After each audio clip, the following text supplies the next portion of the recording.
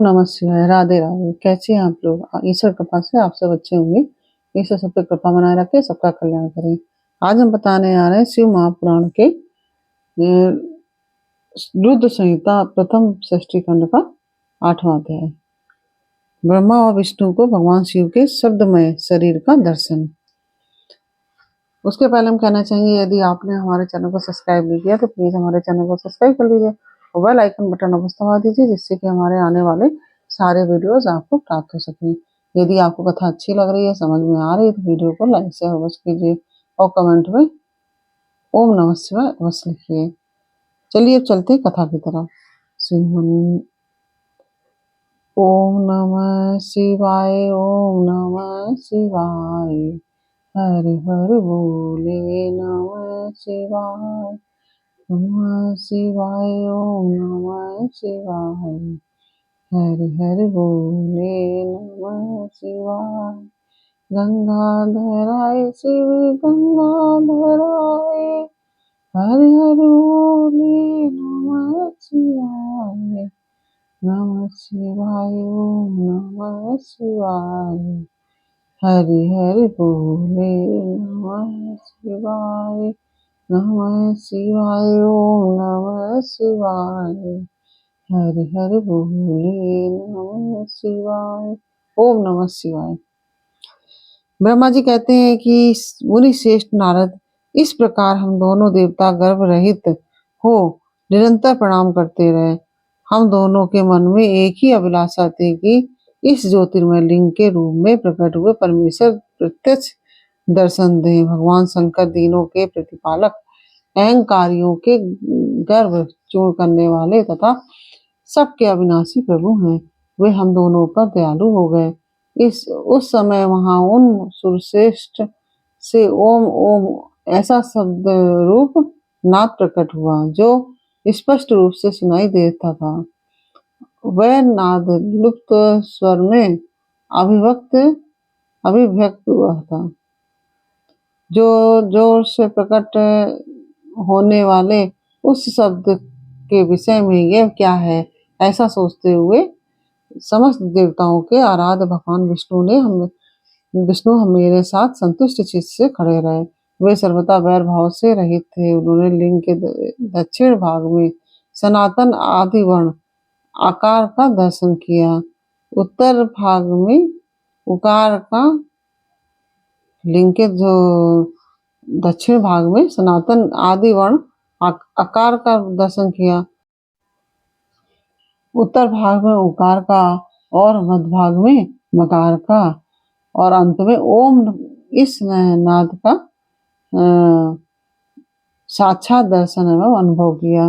दक्षिण भाग में प्रकट हुए आदिवर्ण आकार को सूर्य मंडल के समान तेजोमय देखकर जब उन्होंने उत्तर भाग में दृष्टिपात किया, तब वहां उकार वर्ण अग्नि के समान दीप्तशाली दिखाई दिया। मुनिश्रेष्ठ, इसी तरह उन्होंने मध्य भाग में मकार को चंद्रमंडल के समान उज्जवल कांति से प्रकाशमान देखा। तदंतर जब उसके ऊपर दृष्टि डाली, तब शुद्ध स्फटिक मणि के समान निर्मल प्रवाह से युक्त, तुर्यातीत, अमल, निष्कल, निरुपद्रव, निर्दंत, अद्वितीय, शून्य में बाह्य और अभ्यंतर के भेद से रहित, बाह्य अंतर भेद से युक्त, जगत के भीतर और बाहर स्वयं ही स्थित, आदि मध्य और अंत से रहित, आनंद के आदि कारण तथा सबके परम आश्रय, सत्य, आनंद एवं अमृत स्वरूप पर ब्रह्म का साक्षात्कार किया।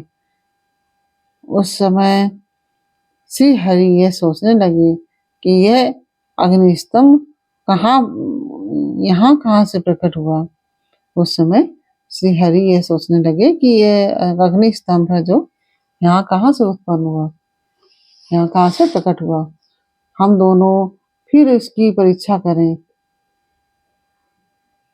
मैं इस अनुपम अनल स्तंभ के नीचे जाऊंगा, ऐसा विचार करते हुए श्री हरि ने वेद और शब्द दोनों के आवेश से युक्त विश्व आत्मा शिव का चिंतन किया तब वहां एक ऋषि प्रकट हुए, जो ऋषि समूह के परम सार रूप माने जाते हैं। उन्हीं ऋषि के द्वारा परमेश्वर श्री विष्णु ने जाना है कि इस शब्द ब्रह्ममय शरीर वाले परम लिंग के रूप में साक्षात पर ब्रह्म स्वरूप महादेव जी ही यहाँ प्रकट हुए हैं। वे चिंता रहित अथवा अचिंत्य रुद्र हैं। जहाँ जाकर मन सहित वाणी उसे प्राप्त किए बिना ही लौट आती है। मन सहित वाणी उसे प्राप्त किए बिना ही लौट आती है। उस परमात्मा शिव का वाचक एकाक्षर प्रणव ही है। वे इसके वाच्यार्थ रूप हैं। वह परम कारण रित सत्य आनंद और अमृत स्वरूप परात्पर पर ब्रह्म एकाक्षर का वाच्य है। प्रणव के एक अक्षर आकार से जगत के बीजभूत अन्नजन्मा भगवान ब्रह्मा का बोध होता है। उसके द्वारा एक अक्षर उकार से परम कारण रूप श्री हरि का बोध होता है और तीसरे एक अक्षर मकार से भगवान नील लोहित शिव का ज्ञान होता है। आकार सृष्टि करता है, उकार मोह में डालने वाला है और मकार नित्य अनुग्रह करने वाला है। मकार बोध सर्वव्यापी शिव बीज मात्र के स्वामी है और आकार संज्ञक मुझ ब्रह्मा को बीज कहते हैं। उकार नामधारी श्री हरि योनि है। प्रधान और पुरुष के भी ईश्वर जो महेश्वर हैं, वे बीज और योनि भी हैं। उन्हीं को नाथ कहा गया है। उनके भीतर सबका समावेश है। बीजी अपनी इच्छा से ही अपने बीज को अनेक रूपों में विभक्त करके स्थित है और इन बीजी भगवान महेश्वर के लिंग से आकार रूप बीज प्रकट हुआ है, जो उकार रूप योनि में स्थापित होकर सब ओर बढ़ने लगा। वह सुवर्णमय अंड के रूप में ही बताने योग्य है। उसका और कोई विशेष लक्षण नहीं लक्षित होता है। वह दिव्य अंड अनेक वर्षों तक जल में ही स्थित रहता है। तदंतर 1000 वर्ष के बाद उस अंड के 2 टुकड़े हो गए। जल में स्थित हुआ वह अंड अजन्मा ब्रह्मा जी की उत्पत्ति का स्थान था और साक्षात महेश्वर के आघात से ही फूटकर 2 भागों में फट गया था। उस अवस्था में उसका ऊपर स्थित हुआ सुवर्णमय कपाल बड़ी शोभा पाने लगा। वही भूलोक के रूप में प्रकट हुआ तथा जो उसका दूसरा नीचे वाला कपाल था वही यह 5 लक्षणों से युक्त पृथ्वी है। इस अंड से चतुर्मुख ब्रह्मा उत्पन्न हुए, जिनकी का संज्ञा है। वे समस्त लोकों के सृष्टा हैं। इस प्रकार वे भगवान महेश्वर ही आ, उ और मा इन त्रिविध रूपों में वर्णित हुए हैं। इसी अभिप्राय से उन ज्योतिर्लिंग स्वरूप सदाशिव ने ओम ओम ऐसा कहकर ओम ओम ऐसा कहा। यह बात यजुर्वेद के श्रेष्ठ मंत्र है। यह बात यजुर्वेद के जो श्रेष्ठ मंत्र है वे कहते हैं। और यजुर्वेद के श्रेष्ठ मंत्रों का यह कथन सुनकर ऋचाओं और साम मंत्रों ने भी हमसे आदर पूर्वक कहा, हे ब्राह्मण, यह बात ऐसी ही है। इस तरह देवेश्वर शिव को जानकर श्री हरि ने शक्ति संभूत मंत्रों द्वारा उत्तम एवं महान अभ्युदय से शोभित होने वाले उन महेश्वर देव का स्तवन किया। इसी बीच में मेरे साथ विश्व पालक भगवान विष्णु ने एक और भी अद्भुत एवं सुंदर रूप देखा। उन्हें वह रूप 5 मुखों और 10 भुजाओं से अलंकृत था। उसकी कांति का कर्पूर के समान थी। उसकी कांति कपूर के समान गौर थी। वह नाना प्रकार की छटाओं से छविमान और भांति भांति के आभूषणों से विभूषित था। उस परम उदार महापराक्रमी और महापुरुष के लक्षणों से पुरुष के लक्षणों से संपन्न अत्यंत उत्कृष्ट रूप से दर्शन करके मैं और श्री हरि दोनों कृतार्थ हो गए। तत्पश्चात परमेश्वर भगवान महेश प्रसन्न हो अपने दिव्य शब्दमय रूप को प्रकट करके हंसते हुए खड़े हो गए। आकार उनका मस्तक और आकार ललाट है। इकार दाहिना और इकार बायां नेत्र है। उकार को उनका दाहिना और उकार को बायां कान बताया गया है। ऋकार उनका परमेश्वर का दायां कपोल है और ऋकार बायां। ले और ली ये उनकी नासिका के दोनों छिद्र हैं। एकार उन सर्वव्यापी प्रभु का ऊपरी ओष्ठ है और एकार अधर। ओकार और औकार ये दोनों क्रमशः उनकी ऊपर और नीचे की दो दंत पंक्तियां हैं। अंग और आहा उन देवादिदेव शूलधारी शिव के दोनों तालु हैं।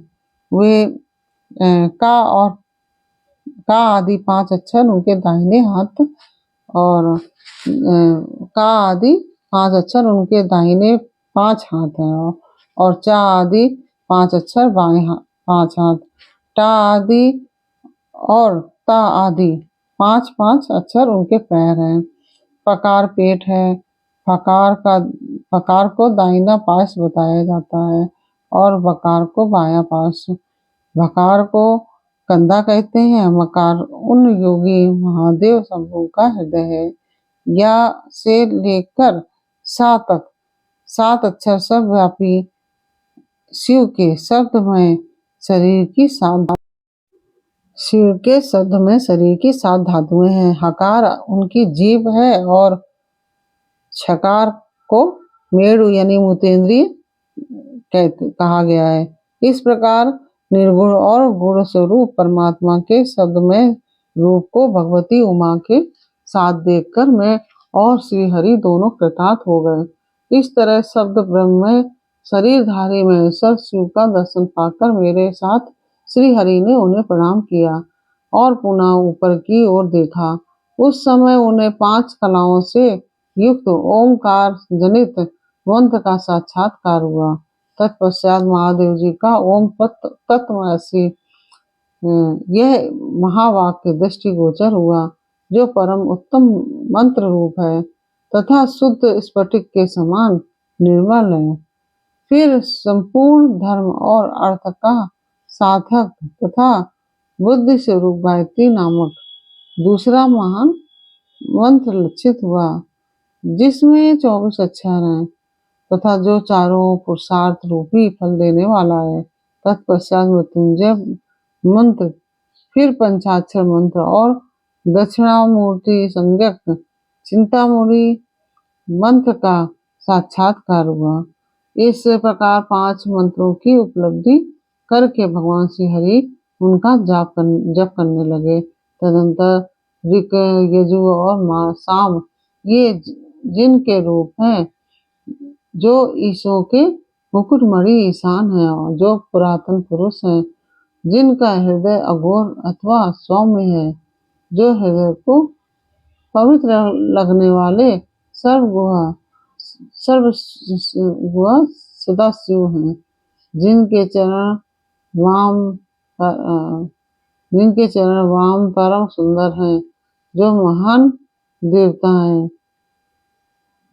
और महान सर्पराज को आभूषण के रूप में धारण करते हैं, जिनके सभी ओर पैर और सभी ओर नेत्र हैं, जो मुझ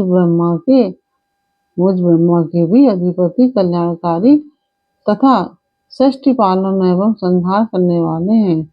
उन वरदायक उन वरदायक सांब शिव का मेरे साथ भगवान विष्णु ने प्रिय वचनों द्वारा संतुष्ट चित्त से स्तवन किया। इसके साथ ही 8वां अध्याय पूर्ण हुआ। और यह अध्याय आपको कैसा लगा यह हमें कमेंट बॉक्स में अवश्य बताइए। अच्छा लगा हो तो वीडियो को लाइक शेयर कीजिए, कमेंट में ओम नमः शिवाय अवश्य लिखिए। और यह भी लिखिए कि आप कहाँ से हमारे ये कथा सुन रहे हैं, तो जिससे कि हमको भी जानकारी प्राप्त हो सके कि आप हम किस शहर से सुन रहे हैं, तो यह भी हमको जानकारी प्राप्त हो सके। फिर मिलते हैं आपसे अगले अध्याय के साथ अगले वीडियो में। तब तक के लिए राधे राधे, ओम नमः शिवाय।